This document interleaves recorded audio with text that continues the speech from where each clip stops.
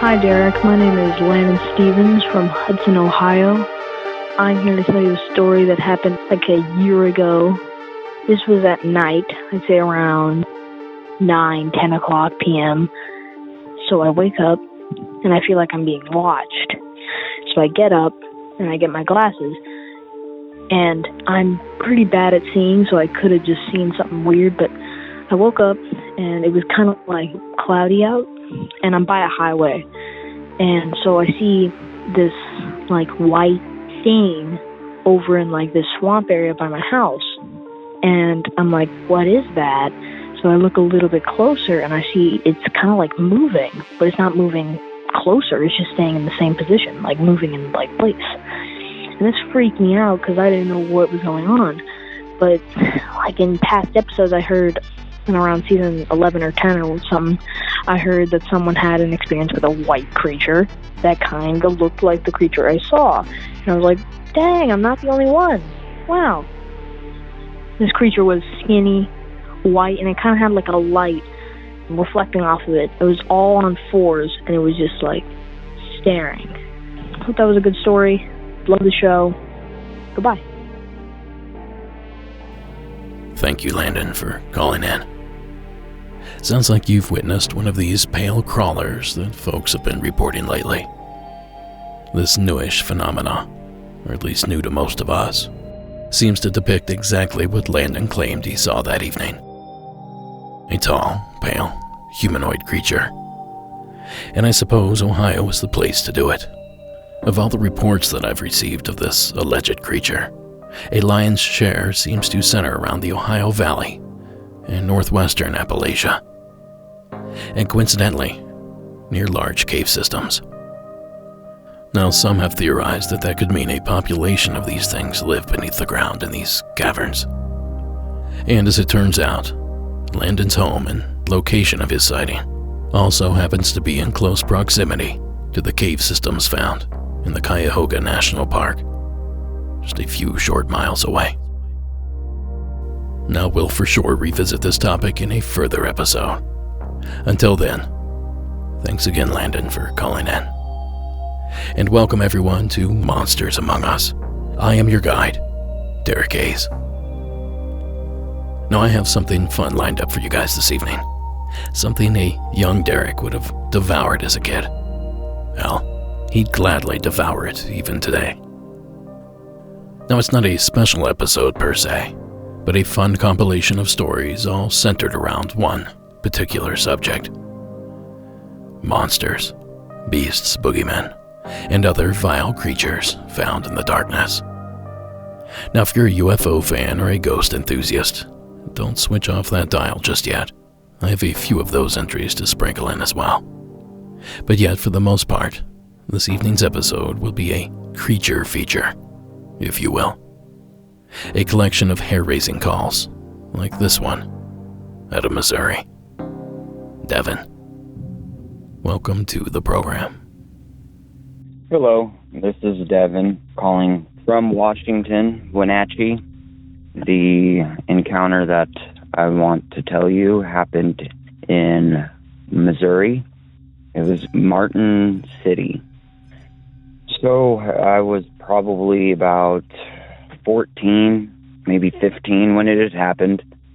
And I was in a group home type facility, and I had run away, and I was on the run, and I was in the woods when this had taken place. I was walking through the woods, and I'd come across a soybean field, and it was in the middle of the night. I would guess probably between 11 and midnight, somewhere in there. I was walking through the soybean field, and I was getting ready to walk into the soybean field. I just exited the woods and had entered into the soybean field, and I was watching a herd of deer that were eating the soybeans. They hadn't noticed me yet, and all of a sudden they lifted their head and they looked over to the wood line across the soybean field on the other side of me, and they got really scared. They took off and ran into the woods, and I wondered what they had seen. In Missouri, we don't have a lot of apex predators besides like coyotes, feral dogs. In the location that I was in, we do not have any mountain lions, bears, anything like that. But I had seen a figure step out of the woods and walk into the soybean field. It looked like a person wearing a trench coat, and they had the same looking hat as the Jeepers Creepers guy. I didn't know what to think at first. I thought it was a person, maybe a homeless person. So I had kind of stepped back into the wood line, and I seen the figure kind of crouch down, and then he jumped up. I would probably say about 10 to 15 feet is what it looked like. And then a pair of bat-like wings came out, and he had flapped down really hard, and I could hear the sound of the wings flapping as he ascended. At first, I didn't think that it was real. I was kind of in awe and shock, so much that I wasn't even really scared. He had jumped up, and when he started to fly away, he was flying in the opposite direction of me. So his back was facing basically towards me when he had flew away, and he flew over the woods, and that was the last that I had seen. He didn't make any other sounds, but I could definitely hear the sound of his wings flapping as he flew away. To this day, I still don't quite believe what I seen. I don't know what it is. I do believe that demons walk this earth, so maybe that was it. Yeah, I just wanted to share that story. I've never really told anybody that, in fear that nobody would really believe me, but I wanted to share that story on here. I hope you can use this, and thanks again. Thanks, Devin. It's never a good sign when the wildlife around you alerts and scatters, especially when it's not you that caused them to do so. What do they know that you don't? And Jeepers Creepers. That's exactly what I get from this call as well. It's hard not to conjure that image. But more on that in a bit. Now, despite the fact that what Devin saw seemed to be something straight off the silver screen, he's not the only one to have seen it. And he's not the only one to claim the creature, whatever it is nothing conjured up in Hollywood. In July of 1998, near Turkey Creek, Missouri, just 80 miles to the southwest of where Devin had his experience, this infamous run-in occurred. 3 men stumbled upon something eerily similar and utterly terrifying. Here is coverage of the event featured in the television show, Monsters and Mysteries in America. After treading upon a mysterious cave, the trees around them came alive. We heard a whooshing sound, like a bird flapping its wings, but really loud. And we're all waiting. And then I'll never forget the noise. It was just so unbelievable, so loud, so piercing. They were face to face with an ungodly winged beast. It was probably 7 feet tall. No hair, the way it looked. It wasn't meant for a peaceful confrontation, I can tell you that. I don't know where it went. It just disappeared and took off. Now, the fact that this entity was not wearing a hat or clothing is an obvious feature missing from the original account.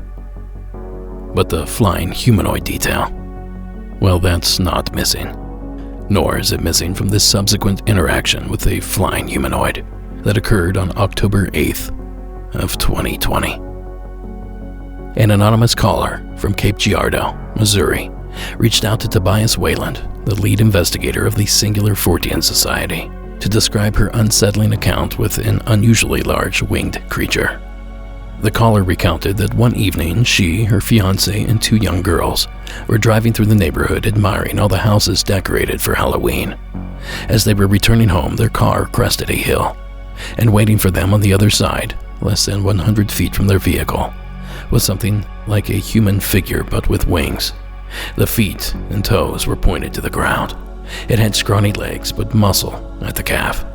The caller took note that the monstrosity was no more than 6 feet tall with wings that looked like they were made of skin. She observed that although the wings were closed, they weren't as long as the body. Its face, she said, was really little and round. It was bigger than a bird. It didn't look like a bird. When I saw it, it was kind of like the monster from Jeepers Creepers. A light from a nearby softball field illuminated the humanoid figure, which caused its silhouette to appear blacker than the night itself. The woman had the impression that the entity leaped or dove from the tops of the trees into the right side of the road. The entire encounter lasted between 6 to 8 seconds. Now, this encounter took place a little further away, roughly 275 miles to the southeast. But those same details are there. Humanoid shape, large, bat-like wings. Someone or something flying through the air. And this witness even made the same comparison to the 2001 horror film, Jeepers Creepers. That's gotta count for something. So something like this happening once is strange. Twice is unusual. And 3 times, well, that's something certainly worth noting. So with that information in mind, we dove into past paranormal experiences in the Show Me State. And to everyone's surprise, the area in which Devin had his run-in with something sinister in the skies has already experienced and named this very beast. They call it the Kansas City Winged Demon. For quite some time, there have been sightings of a strange bat-like creature around the Kansas City area. It was said to have the body the size of a man, large leathery wings with a 12-foot wingspan, the face of an ugly man, and glowing red eyes. In 2018, a man was sitting on his front porch when he kept hearing an odd clicking noise.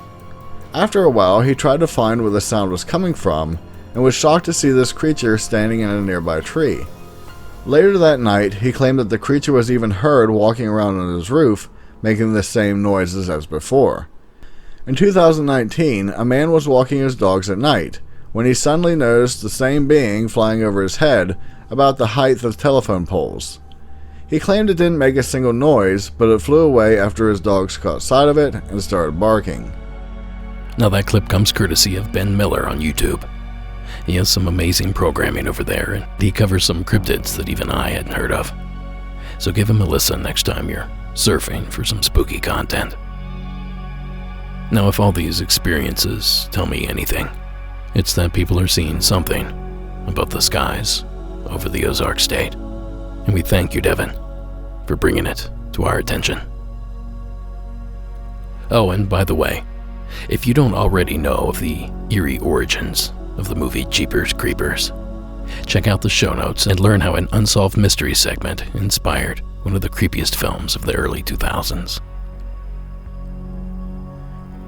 And if you too have an experience with a flying humanoid, or any true supernatural or paranormal experience that you would like to share here on the show, simply call our hotline at 1-888-608-NIGHT. That's 1-888-608-NIGHT. Or you can just record your story on your phone and shoot it to me in an email at monstersamonguspodcast@gmail.com. Now next up, we blur the line between monster and entity with this entry from Eric in Canada. Hi, my name's Eric. I'm from Canada, and I have a very weird experience I just figured I'd share, because why not?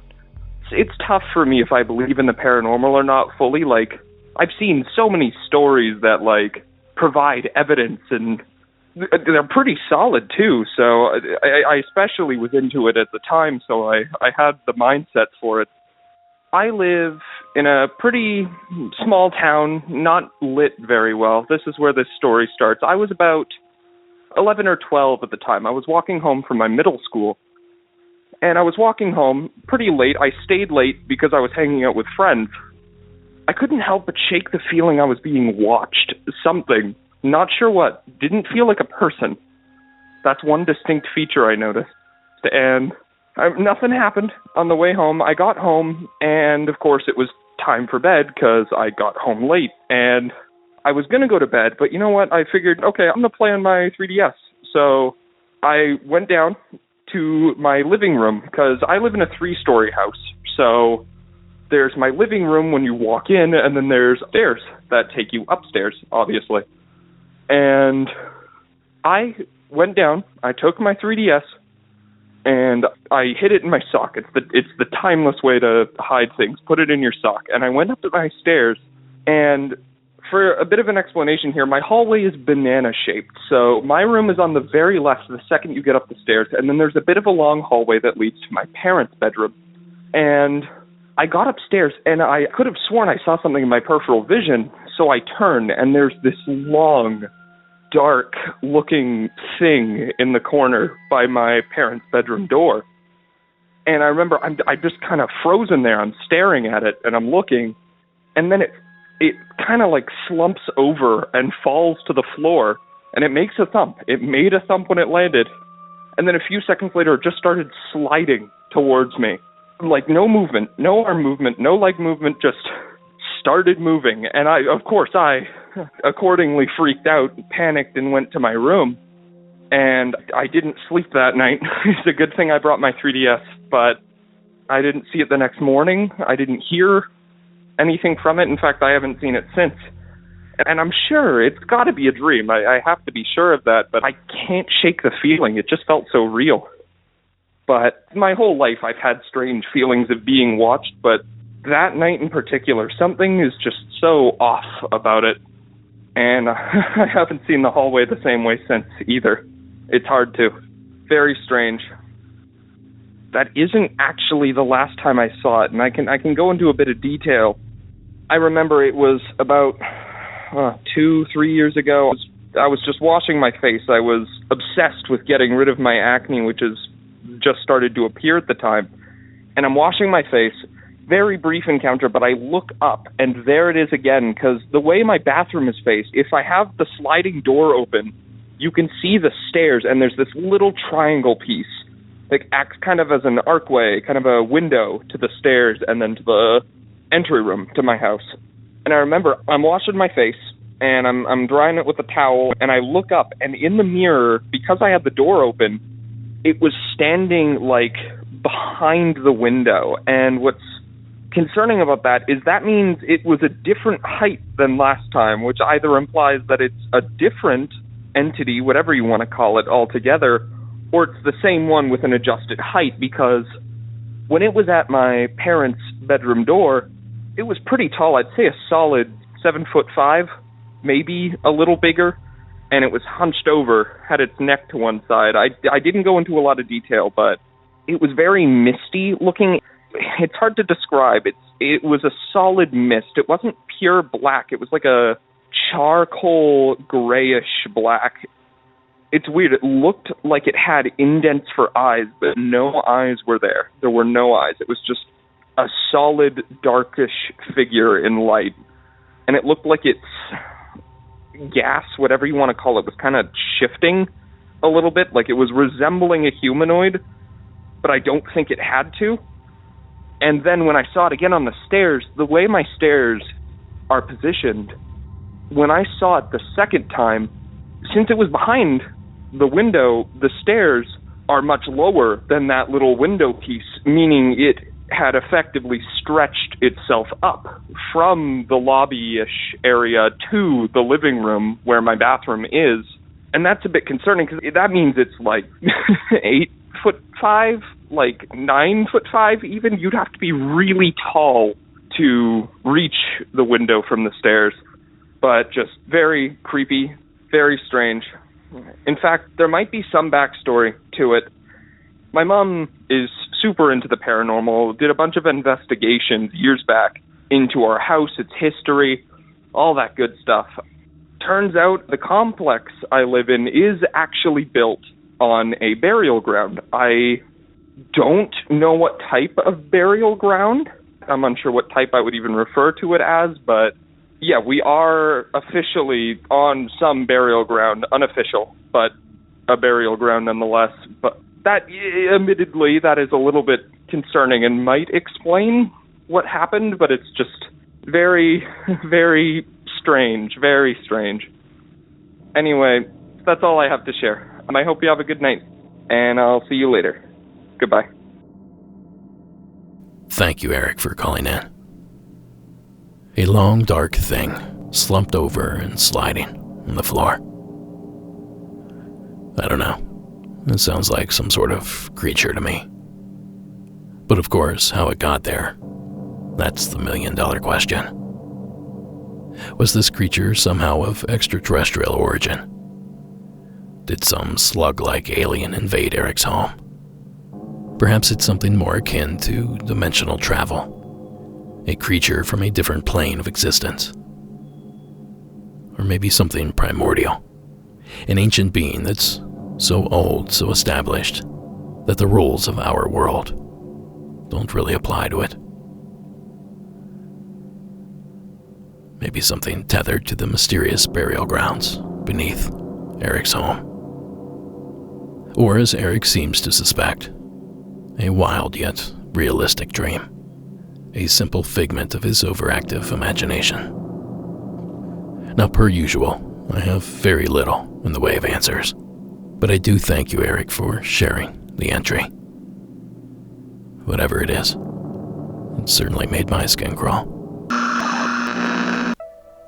Now, one thing you might not know about me is that I love to cook. Sarah and I cook at home a lot because we live in a small town without a lot of restaurant choices. But one obstacle we often run into, especially during the busy work week, is we don't know what to cook, and we get tired of eating the same thing over and over again. Thankfully, tonight's sponsor, Green Chef, helps us keep meals interesting, with tons of variety, seasonal ingredients, and customization options. Now we can choose from 50-plus flavorful weekly menu and market items, with options to mix and match meals from different dietary preferences in the same box. Now, Green Chef meal kits come right to your door, which keeps us from aimlessly wandering the grocery store aisles. They even have easy 10-minute lunches with nutritious recipes, which are extremely helpful when I'm on a strict deadline and I don't have time to make a whole production out of lunch. So feel your best this summer season with easy, balanced, delicious meals that support your healthy lifestyle. Go to greenchef.com/monstersamongus60 and use code monstersamongus60 to get 60% off plus free shipping. That's greenchef.com/monstersamongus60 with code monstersamongus60 for 60% off plus free shipping. Green Chef is the #1 meal kit for eating well. And as always, supporting our sponsors supports the show. So thank you for listening. Now back to that stick structure you found. Now let's keep with the trend of shapeless intruders and welcome Joseph from Utah to the show. Hi, Derek. This is my first apparition encounter. My name is Joseph. I'm from Utah. So this call happened back in my the house I grew up in when I was younger, the house I spent 21 years of my life in. I'm in a town in about the center of Utah called Manti. My dad used to work property preservation, which was where they would clean up foreclosed homes, and they would clean them, winterize them, and make them look good so the bank could put the house up for sale again. And my family used to leave a lot of times on these jobs because they would take a long time and they'd leave me home alone. I was still really young at the time, so I really didn't go with them to help. I was 6 years old when this happened. But it's known amongst all my family that our house was what you would call haunted. I was terrified of the dark all of my life. I never stepped foot outside in the dark on my own until I was 16 years old. So that can give you a little bit of explanation of how terrified I was. But either way, this was a 5-bedroom house. We had a big yard, we had a garage and 3 sheds on it, and there was 3 bedrooms downstairs, and then upstairs there was 2 bedrooms side by side, one longer one and one smaller one.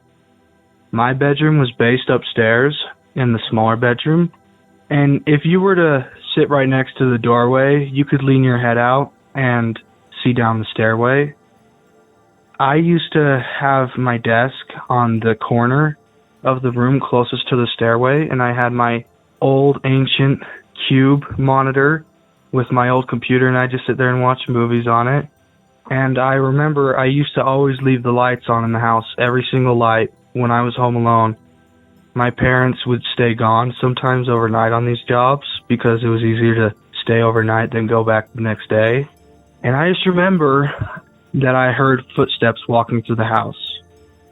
A very distinct sound of heavy, big boots of a big guy.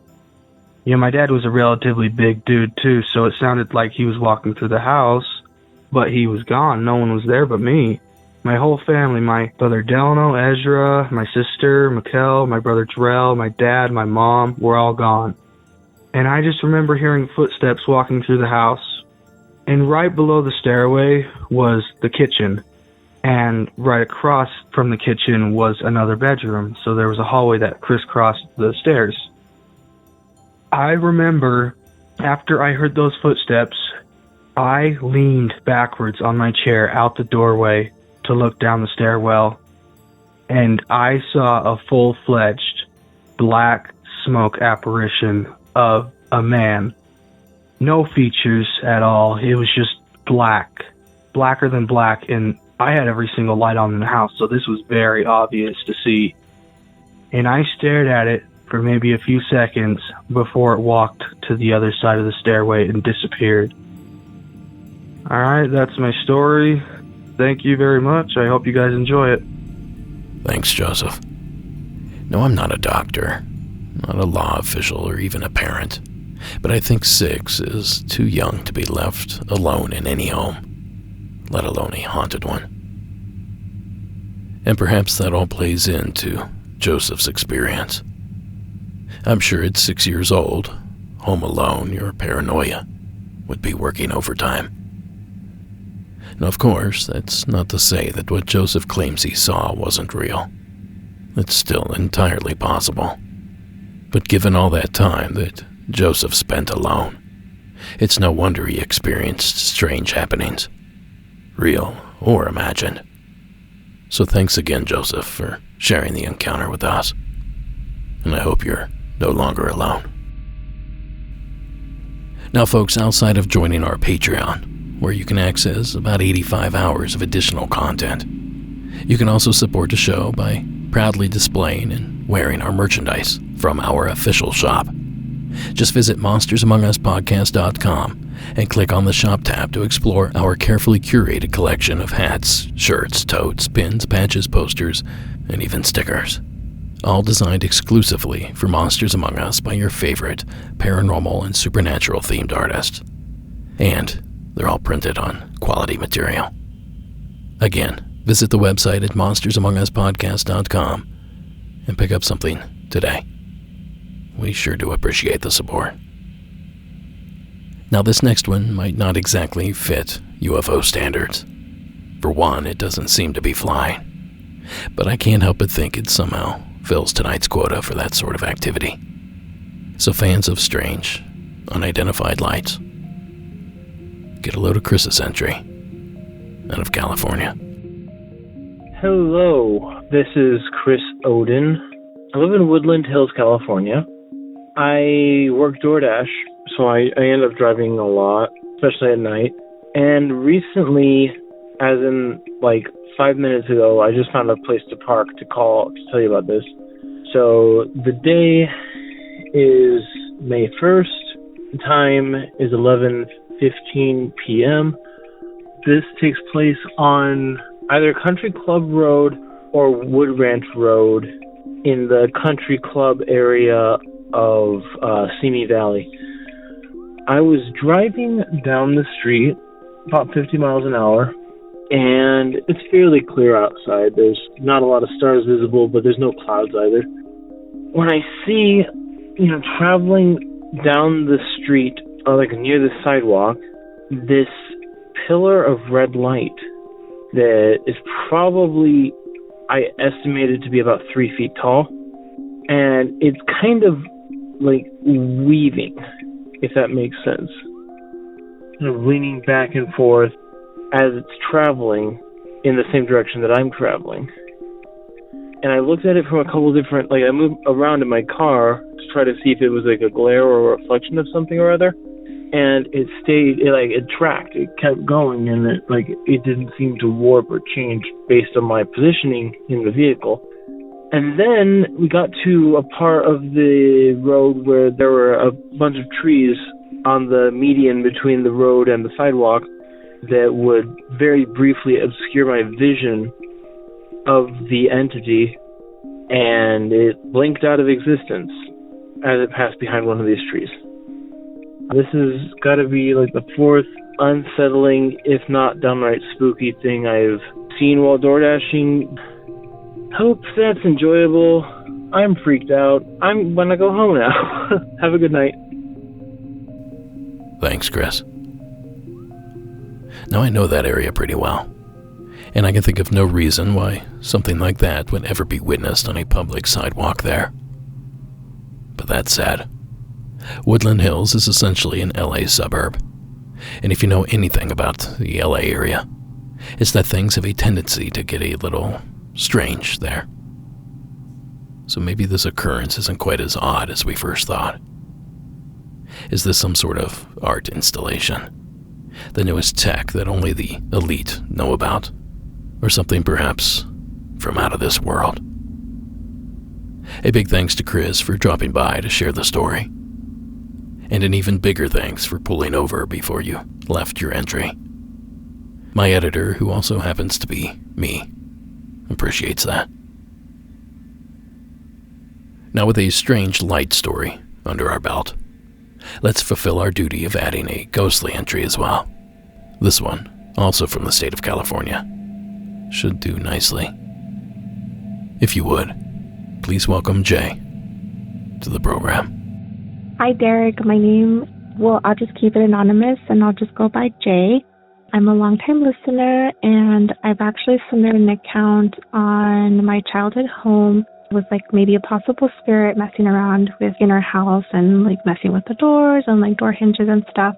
But anyways, I was listening to an earlier season, I think it was season 8, where you mentioned the city of Oxnard in California, and you had mentioned the haunted Walmart there in Oxnard, and it was, had me thinking of my days working at Ross. So I live within the Oxnard area. So anyways, I wanted to call in for these 2 things that happened while I was working there from 2010 through 2012. So I moved out to Oxnard in 2010, and I started to work at Ross shortly after. And again, this is a Ross that's located right in that Walmart. I worked there as a cashier and a salesperson, which was pretty much that person who walks around the floor and picks up things off the floor, clothes and just kind of merchandise and stuff. So I remember this one night I was near the fitting rooms and I was picking up things off the floor, and we had closed the store, so there was no customers, and it was only just myself and maybe 4 or 5 other employees just kind of in our own department picking up stuff. So I'm by the thing rooms and I'm like picking up things and I'm like squatting and I'm like trying to move as quickly as I can because I just want to get done and I want to go home. Anyways, I'm squatting on the floor and I feel like a hand like touch my butt. And it's so dumb, but like I immediately get up and like I turn around, I'm ready to like go off on someone because I'm like, who the hell's touching me? And no one's there. I'm like, wow, like I know I felt that. I felt it. I felt someone touch me. I'm like looking around and I'm like replicating my movements and I'm trying to debunk it. And I just couldn't figure it out. So I'm like, you know what, whatever. And so I just figured I imagined it or let's just move on. And that was it. So fast forward to 2012, I am now a stockroom supervisor and I am with my team, and we usually would go in really early, like at 4 a.m. to unload the truck that would arrive at around the same time. So, you know, we start really early. So anyways, this particular morning, I and 2 other employees are the first to enter the store. And we headed straight to the break room like we usually did just to put our stuff away. And in the break room, there is a cash office, which requires a key to get into that specific room. And the cash office is like the size of like a little walk-in closet kind of a thing, but it's like really small. So anyways, we enter the break room, me and these 2 other girls. And we hear, like immediately as we walk in, we hear like clinking and clanking kind of noises coming from the cash office. And I and the cash office girl, we like recognize this, like we look at each other, we recognize the sound right away. Like we're very familiar with the sound because we know that that's like the sound that the cash and the coin containers make when like you move them around. And so we look at each other and the other girl's there and we're just like freaked out and my heart sank because I was thinking like, oh crap, like someone's in the store, someone broke in. And we're all just like staring at each other. And we know no one else is in the store. Like, I had keys to the store. I opened the door, let the girls in, and deactivate the security alarm. So, like, no one else was in there. And so we're hearing these noises, which seems like forever, but it's like probably like 1 or 2 minutes or something. And for some dumb reason, I head over to the cash office, and I open it, and there's no one in there. So that was weird.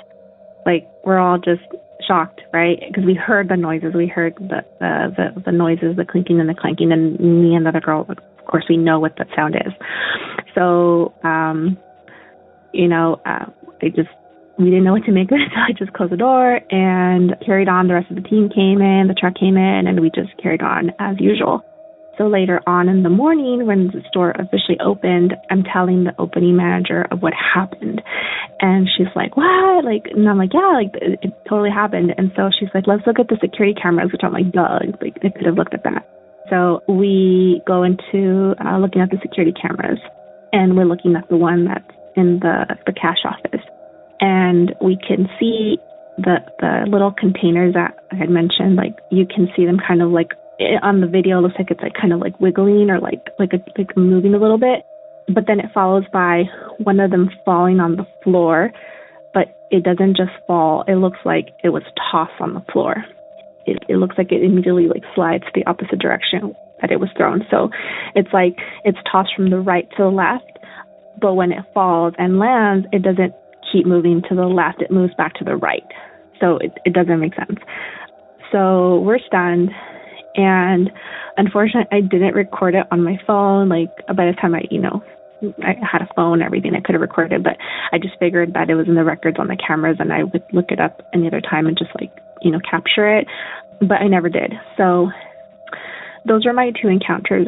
And I had heard from like other coworkers that there was like weird stuff that would happen in the store and like people felt kind of uncomfortable, like in the back stock area. So I never really heard of other people's particular stories. It's just kind of this weird vibe. So anyways, I wanted just to share my story. I have plenty of more, some involving my child, so that's kind of weird too, but I'll call in at another time. Okay, thank you. Thank you so much. Bye. Thank you, Jay. You know, I worked at a haunted grocery store once. The last couple years of high school, I worked for our local grocery store. Eventually, I worked my way up as manager of the frozen foods department. But before that, it was what they called a checkout boy. Or person, I suppose.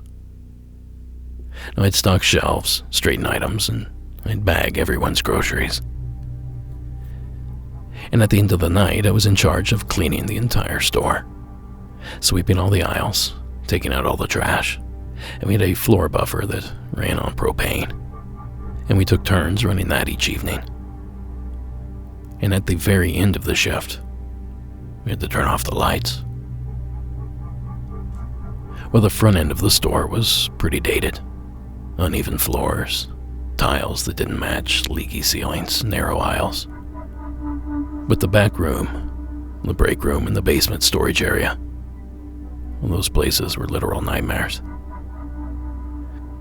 And turning off those lights meant that you had to go down there alone.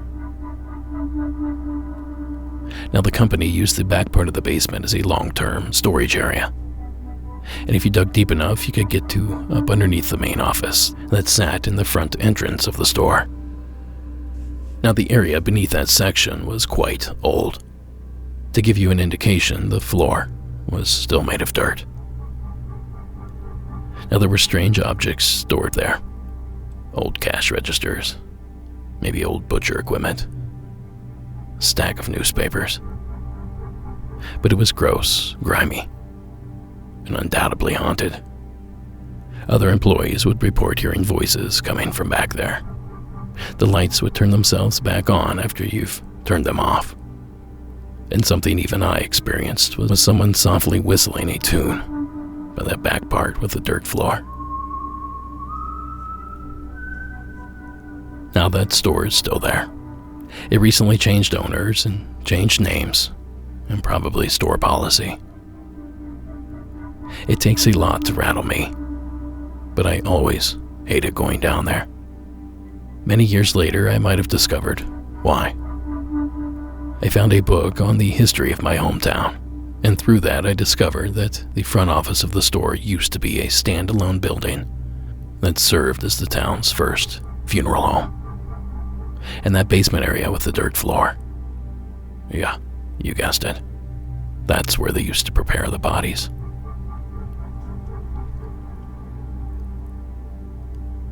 I'm just happy I didn't know all that when I used to have to go down there at 11 o'clock at night to switch off the lights. Now, the youngsters working night shift weren't the only ones to complain of unseen visitors. The bakers and butchers would often come in super early to start their shifts, typically around 4 a.m. And they had an abundance of odd encounters. Many of them sounded exactly like this real experience that occurred in a Wilmington, Massachusetts market basket grocery store just a few short years ago. I was writing on a cake for a customer here, and then when I turned around to walk back to the customer, the little lady was chilling over there. So she was right here, just staring at me. I saw this woman she was older and kind of short, and she had gray curly hair with like a little nightgown on and a nightcap. And I looked down, just kind of like not registering what I was seeing. And then when I looked up, she was gone. And so I went up and down all the aisles looking for her, and I just decided she was a ghost. She looked kind of like melancholy and a little angry, so it was kind of a creepy kind of sense, but it was something. I guess I would want her to come back, maybe, and like I could talk to her. I don't know if you can talk to ghosts, but I think it'd be cool just to see what she's up to. Now that clip courtesy of WBTS, NBC News 10, out of Boston. And that story sounds awfully similar to a story that Brenda told us from our bakery back in my days at the store. So watch yourselves out there, grocery store workers. Like I always say, places with tons of traffic at certain points, then none at others. Prisons, hospitals, libraries, churches, that sort of thing. Those places are never really empty. And thank you again, Jay, for showing us another example.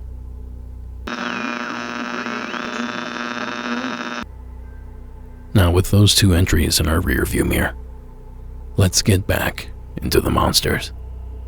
This time with an entry from that state up north. Please join me in welcoming Kendall to the program. Hi, this is Kendall. I'm calling from Grand Rapids, Michigan.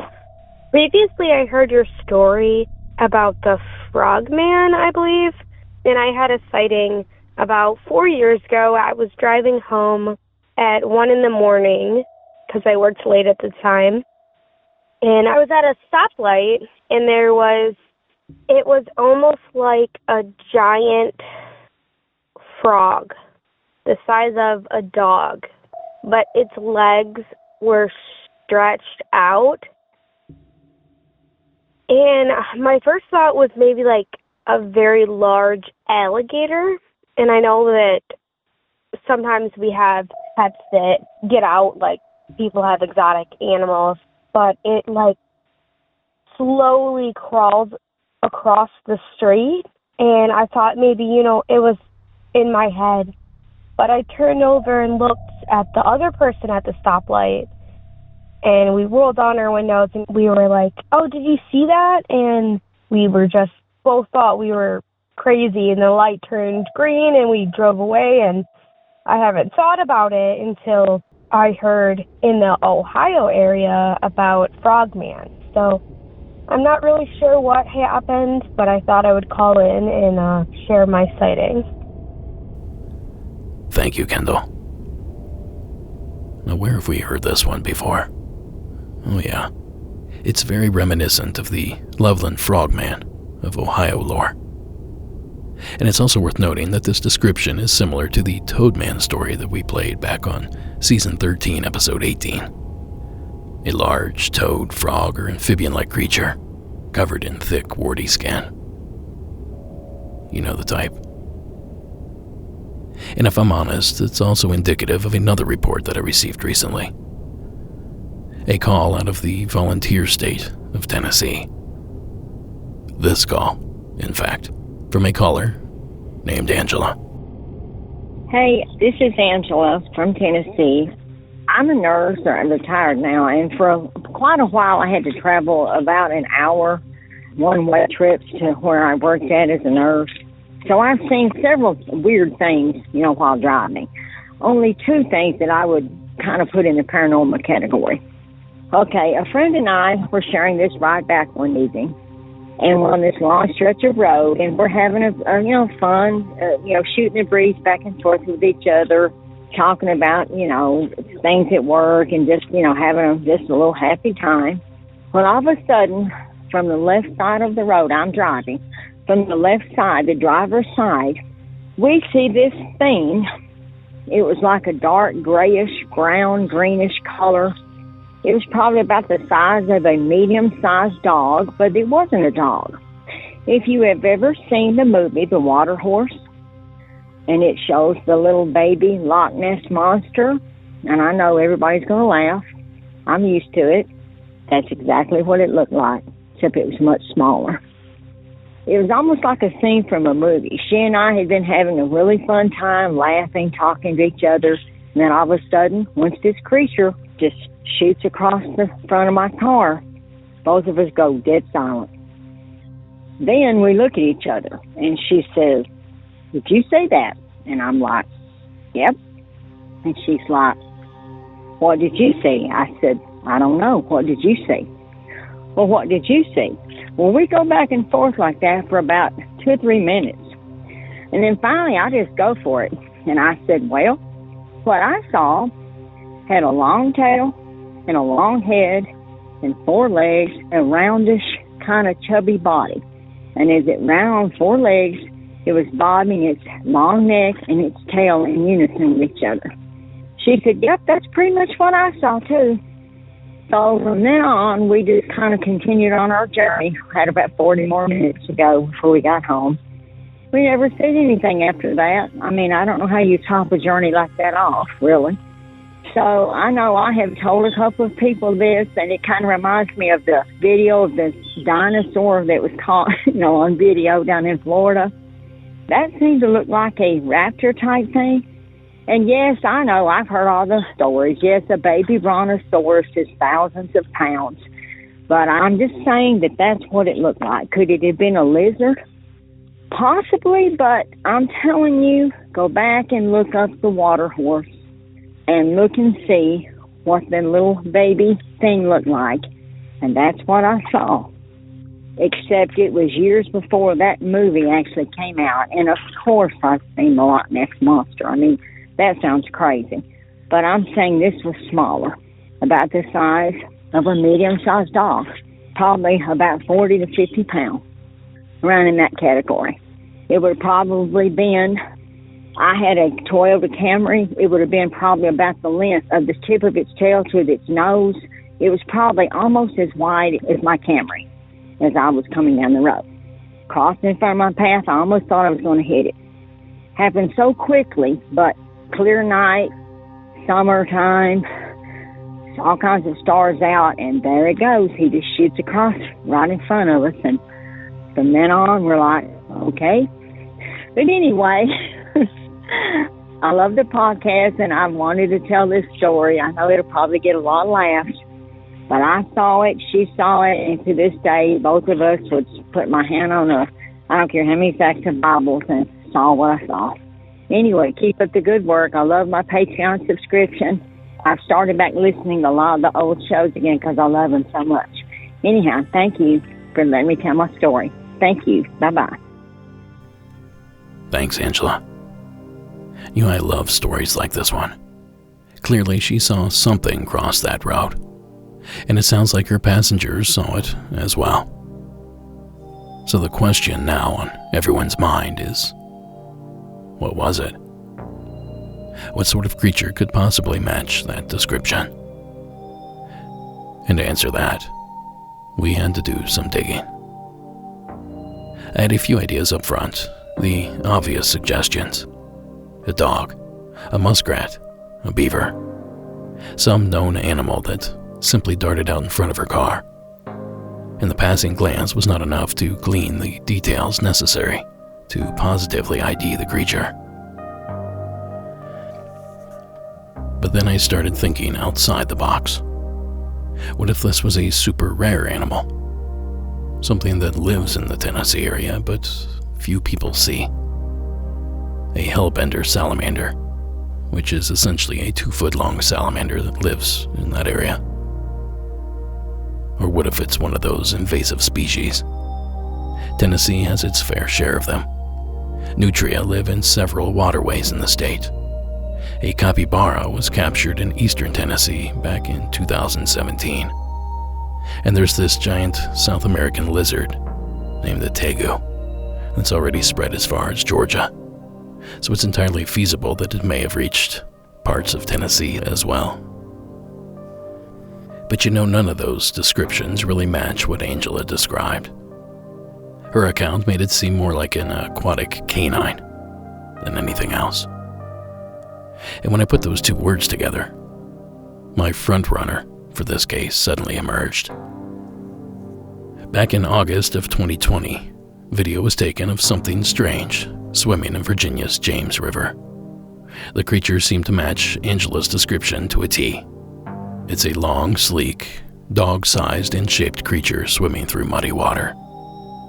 Now I've posted the clip up in the show notes, so go take a look. But I'll tell you what I think it is. And it's the same thing that I think Angela and her coworker saw that evening. Lantra canadensis, the river otter. The physical appearance is a near match. The green coloration could be explained by some clinging vegetation, perhaps algae or duckweed. And otters can be found in Tennessee, and I imagine it would be a shock to suddenly see one, as they're not creatures that people often witness. But here is the one problem. I'm not so sure your typical river otter is big enough to match what Angela described. Otters seem to top off at about 25 pounds, and the witness estimated her creature to weigh upwards of 40 or 50 pounds. And the length is an issue as well. Angela claimed the animal she witnessed was as wide as her Camry. Now, without knowing the exact year and package, I took a guess, and it seems that the front end of a newer Toyota Camry is somewhere around 72 inches, and the max length for an otter is only around 53 inches. So could Angela's judgment be off by 20 or so inches? Or am I possibly barking up the wrong tree? Now honestly, who really cares? Because you're all here to learn about monsters of one variety or another.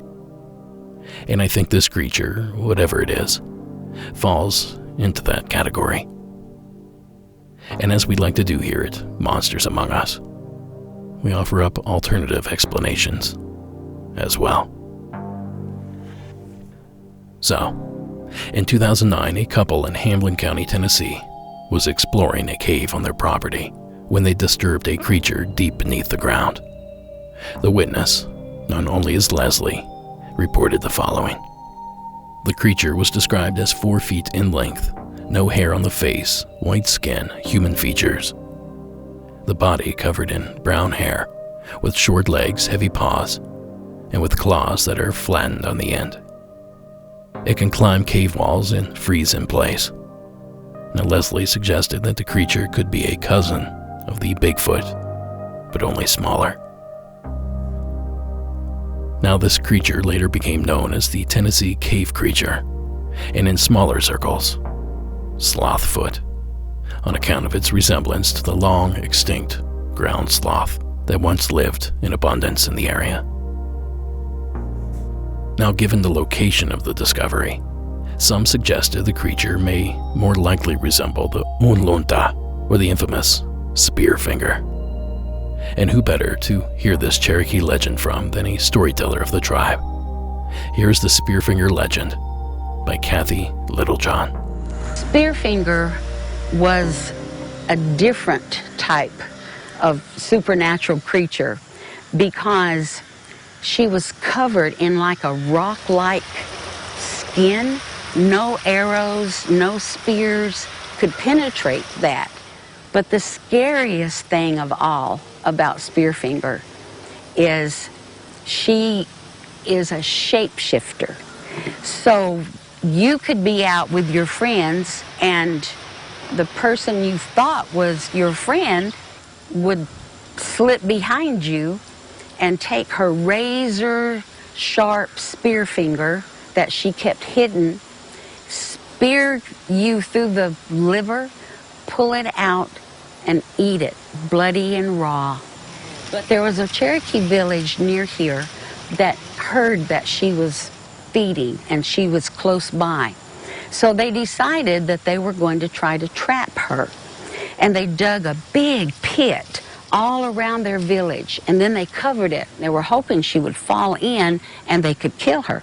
Well, her favorite time of year was the fall, like today, because the Cherokees would go out and gather chestnuts, and they would set fire to the leaves so that they could find the chestnuts.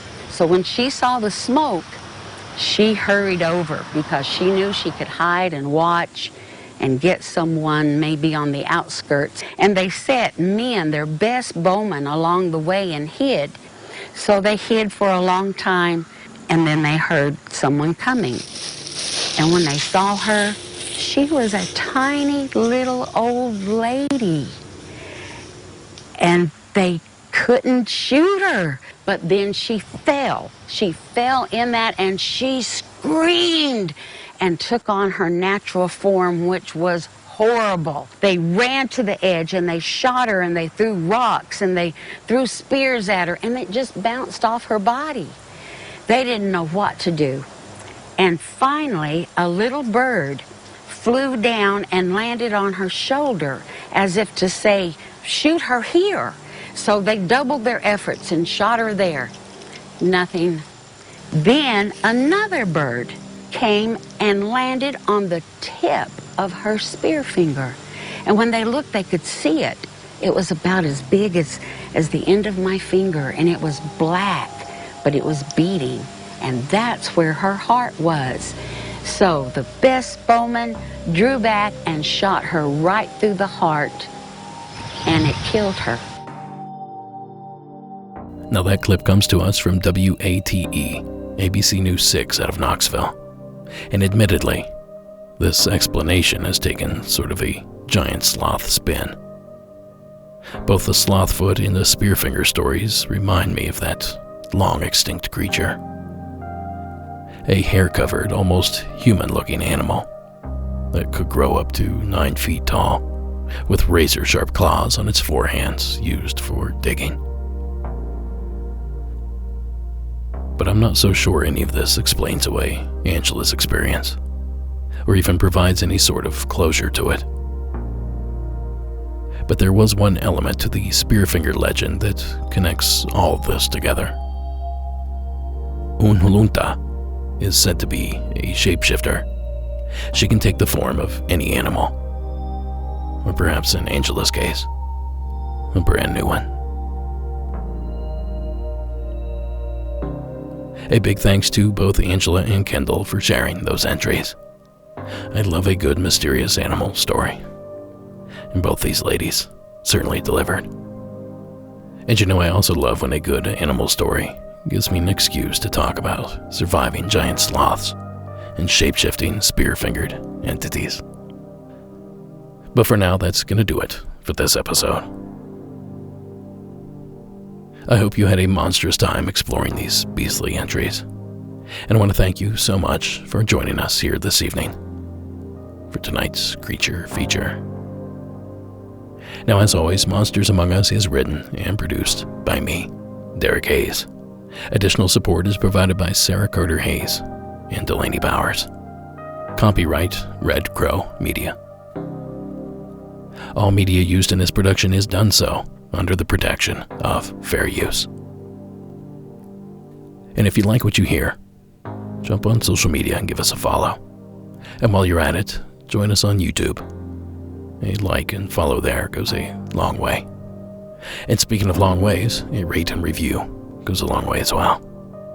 If you can't get enough of the show, be sure to check us out on Sundown 96.6 on Tuesdays and Thursdays at 9 p.m. Eastern, or the UnX Network, Saturdays at 11 p.m. Eastern. And if you like the score, just go to YouTube and search for Iron Cthulhu Apocalypse, Co.ag Music, and Carl Casey, and White Bat Audio. Now thanks again for tuning in. Don't forget what I told you at the end of last week's episode.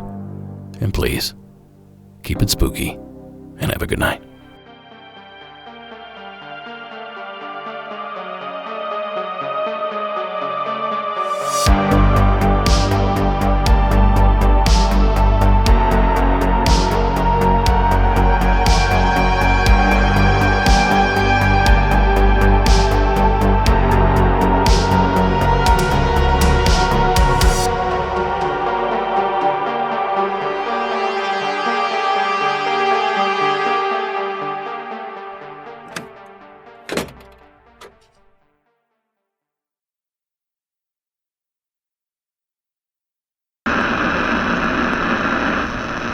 Now, you didn't think I'd do a monster episode without featuring the big guy, did you? What kind of host do you think I am?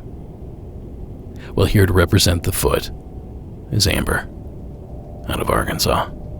Hello, this is Amber, and I have been listening to your podcast. I absolutely love it. The story I have today is when I was about 8, my dad was driving me home from my family who babysat me. We live in Arkansas, and my family, since the 1800s, my family has owned a lot of land in a town called Lavaca, but for about 10 miles, it's nothing but woods. So they own this dirt road we were driving on. I have like 4 family members on that dirt road. So my dad was driving me, and it was probably like 8 p.m. at night. We've never forgot this. And in front of us, it looked kind of like a man walking, but actually, it was like a Bigfoot. Like, it looked exactly like the description. It looked like a man that was like completely hairy, and he was walking like a person would. It crossed in front of us, and as it was crossing, it looked at us and stared at us. And then it just kept walking back into the woods And we were not scared or anything, but it was just the craziest experience I've ever had. Most people don't believe me. So that's my stuff. I'll probably call back later. But yeah, thank you so much. Thanks, Amber. Now, one might not think of Sasquatch when they think of Arkansas. But like many states before it, the natural state has recently embraced its relationship with the elusive creatures.